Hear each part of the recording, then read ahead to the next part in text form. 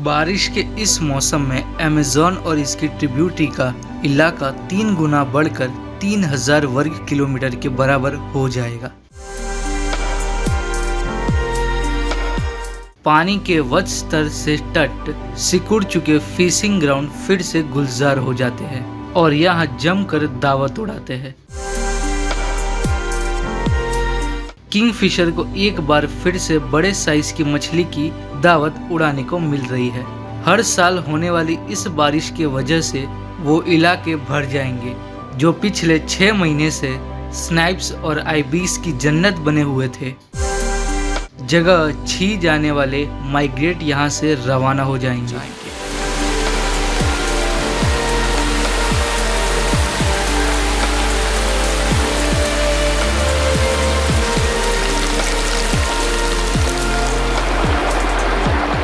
पश्चिम से 3200 किलोमीटर दूर एंडीज में जहां से अमेज़न की शुरुआत होती है, वहां के बर्फ के मौसमी पिघलाव से मिसिसिपी नदी के बहाव से भी 12 गुना ज्यादा ताकतवर वाटर फ्लो पैदा होता है।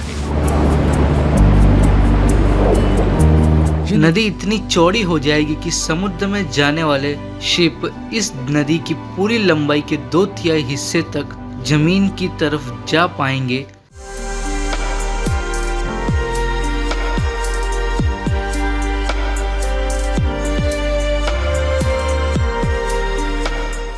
ऑटर फैमिली के एक्साइटेड बच्चों के लिए बारिश का मौसम एक बिल्कुल नई दुनिया पैदा कर देता है जिसे वो एक्सप्लोर कर सकते हैं। सूखे के मौसम की वजह से अब उनके ज्यादातर बिल पानी में हैं और अब वक्त है एक नया घर ढूंढने का। यह टहनियों और पत्तियों को इकट्ठा करके सूखी जमीन पर अपना घर बनाना शुरू करते हैं।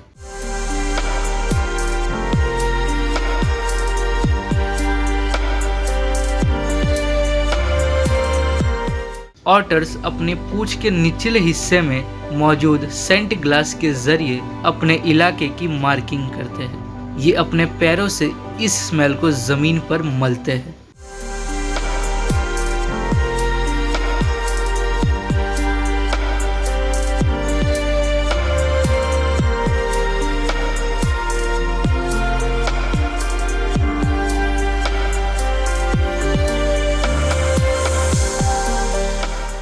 बारिश लगातार तेज होती जा रही है।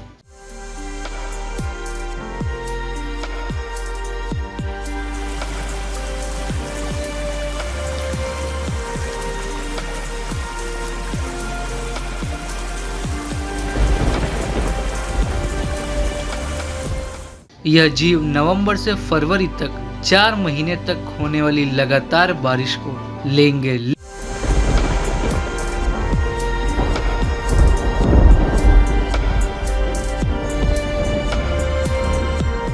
लेकिन जिंदगी अभी भी चल रही है।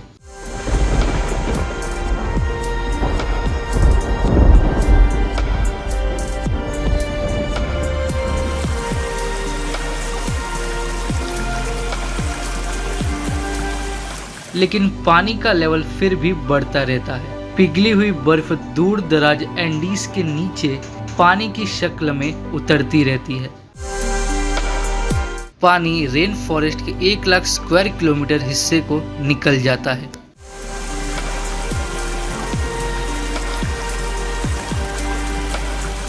हाल ही में पानी से भरे यह जंगल खुद अपने आप के इकोसिस्टम बन जाएंगे, लेकिन कुछ वक्त के लिए यह बीचेस भी बाढ़ के आगे हार मान जाएंगे। लेकिन उससे पहले नई जिंदगी से जुड़ा एक और चमत्कार होता है।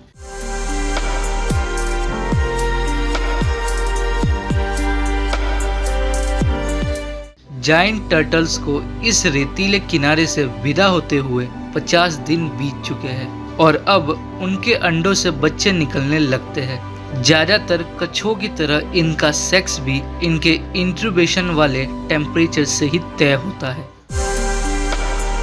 फीमेल्स मेल्स के मुकाबले ज्यादा हाई टेम्परेचर पर डेवलप होती है। अंडों में से बच्चे 2 फेज पे निकलते हैं। पहले निकलने वाले बच्चे सीधे पानी की तरफ दौड़ते हैं ताकि रास्ते में मौजूद शिकारियों से बच सके। ये लगभग तमाम छोटे छोटे बच्चे दूसरों का शिकार हो जाएंगे। सिर्फ 5% ही बड़े हो पाएंगे। फिर भी अपनी जिंदगी में कोई फीमेल टर्टल इतने ज्यादा अंडे देती है कि अगर 1000 में से एक भी बच जाए तो काफी होगा।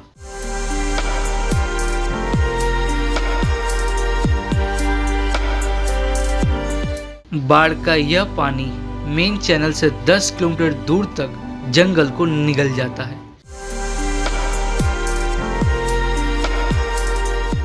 और लगुनस मैटी को भरपूर खुराक वाली जगह मुआयना कराते हैं। यह पानी में डूबे उस पर तैरते और किनारों के आसपास मौजूद पौधे को खा जाती है। यह हैरानी की बात है कि पानी वाले इस भूल भुलैया में यह कैसे अपना रास्ता ढूंढती है।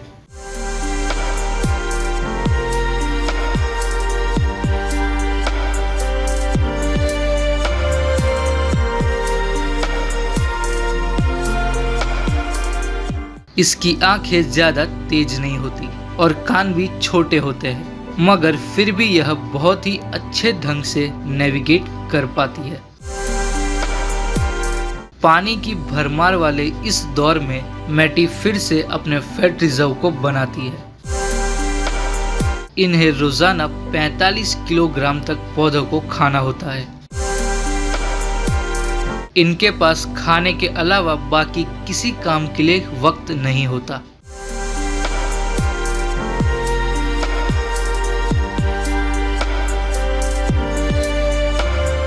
पेट भरती मैटी के नीचे मुकाबला बहुत तेज हो जाता है।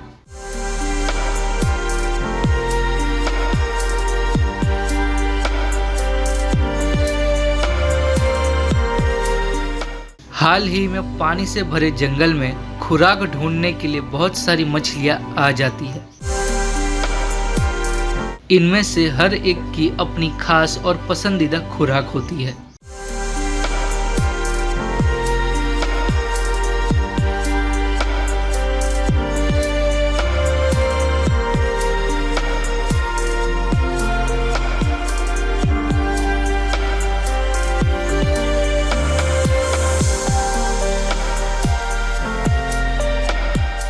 और जहां शिकार इकट्ठे होते हैं वहां शिकारियों को पहुंचने में देर नहीं लगती।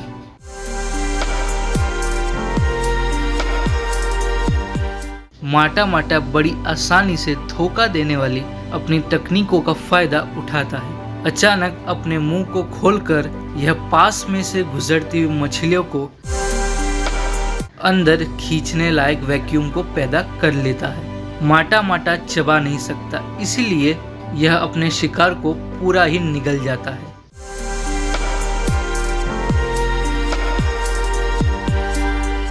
इस पानी में दिखने वाली एक और माहिर शिकारी होती है। 5 फुट लंबी यह शिकारी मछली कुछ भी देख नहीं पाती। यह अपने शरीर के चारों तरफ एक इलेक्ट्रिक फील्ड बनाती है। यह उसी के जरिए पानी में आगे बढ़कर शिकार की मौजूदगी को भांपती है।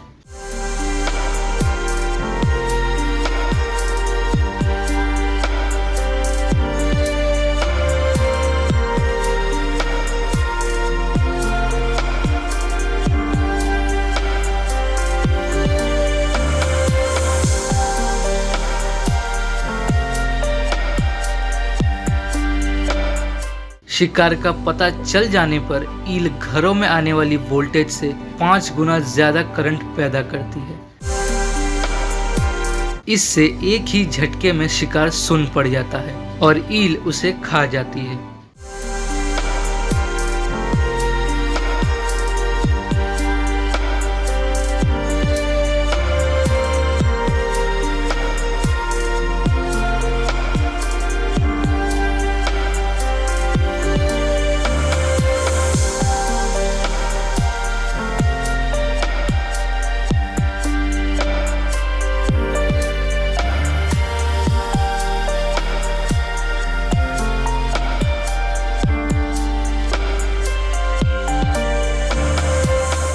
यह यंग फीमेल ऑटर पिछले साल ही अपनी एक नर्सरी में दोबारा आई है। सूखे के मौसम में यह शायद फिर से एक ब्रीडिंग ग्राउंड बन जाए।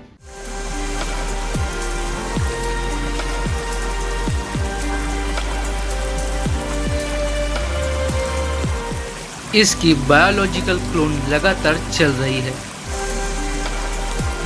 अगर इसे बच्चों को जन्म देना है तो इसे पहले अपनी ओरिजिनल फैमिली को छोड़ना होगा।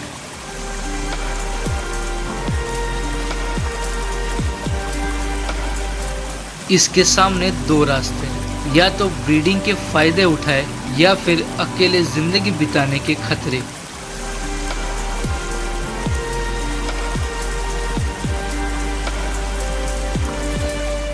कोई नहीं कह सकता कि यह क्या फैसला लेगी और यह गुम हो जाती है।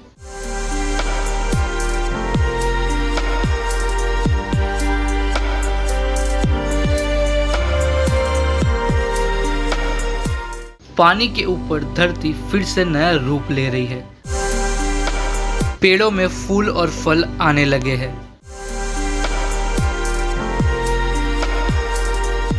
बहुत सी ट्रॉपिकल स्पीसीज अपने बच्चों के फैलाव के लिए बर्ड्स या फिर मैमल्स पर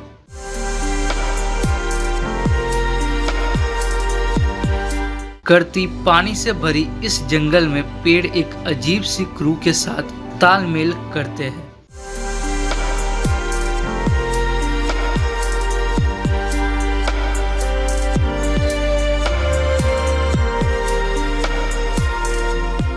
ढेर सारी मछलियां बंदरों के छूटे हुए फलों का पानी में गिरने का इंतजार कर रही होती है।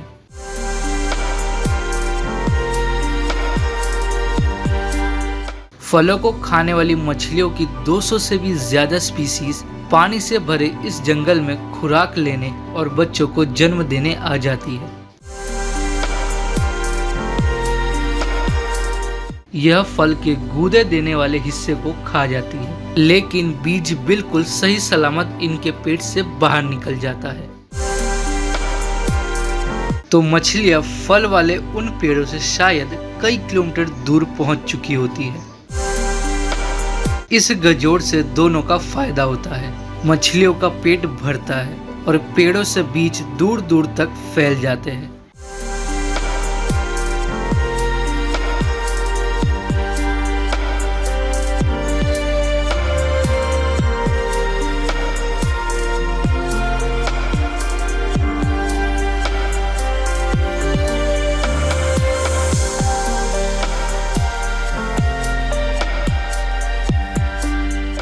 यहाँ हवा में सांस लेने वाली मछलियाँ हैं और सतह के नीचे है जंगल, यानी पानी से भरा यह फॉरेस्ट अपने आप में एक दुनिया है।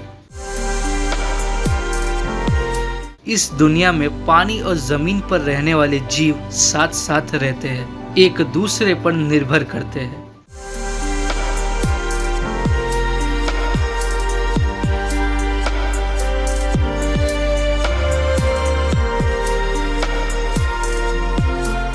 और एक अजीब और अनोखी दुनिया बनाते हैं।